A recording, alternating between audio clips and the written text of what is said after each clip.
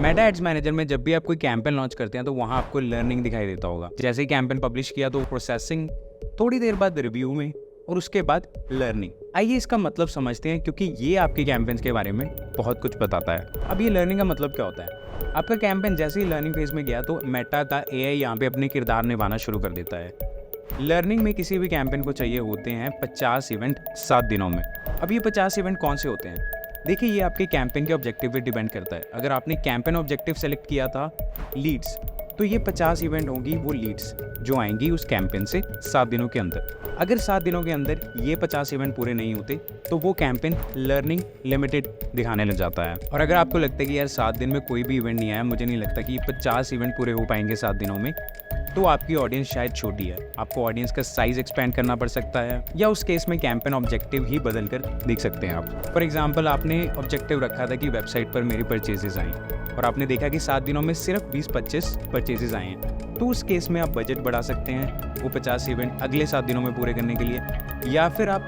Purchases पे focus ना करते हुए उसका इवेंट बदल ऐड टू कार्ट भी कर सकते हैं कि अगर 20-25 परचेजेस आए हैं तो ऐड टू कार्ट तो ऑब्वियसली उससे ज़्यादा होंगे, तो वो 50 इवेंट उस केस में पूरे हो सकते हैं।